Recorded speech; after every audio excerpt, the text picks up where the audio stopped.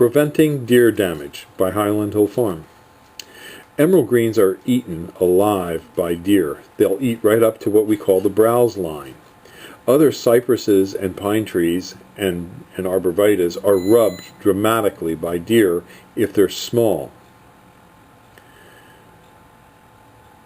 The rubbing can kill the tree or make them unsightly, or the tops of the trees will die out.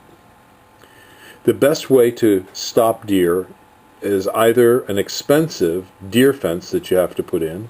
In this case, we're putting in almost 50 acres of deer fencing, and it's going to cost us in upwards to $80,000 to fence this set of farms in. The fencing has to be at least 8 foot high and possibly higher if the deer can get a running start. Usually they can't run very well on asphalt, and that slows them down to some degree, so that 8 foot here will be sufficient. In other areas where they can get a good running jump, 8 feet won't be enough, and we have to go to 10 feet. But once the fence is established, it can help you keep the deer out and corral in turkeys. Yes, the fence is pretty good in keeping animals out and in. And as you can see, if you have a good quality deer fence, you can catch your own turkeys when you need them. The best way to mitigate deer damage for most people is to select trees and shrubs that are deer resistant.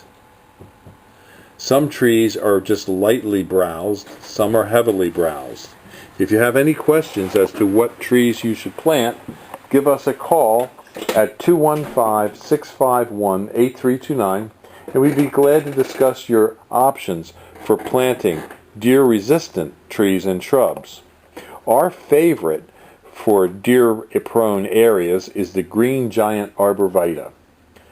It grows quickly and is easy to grow. It grows in most soil types.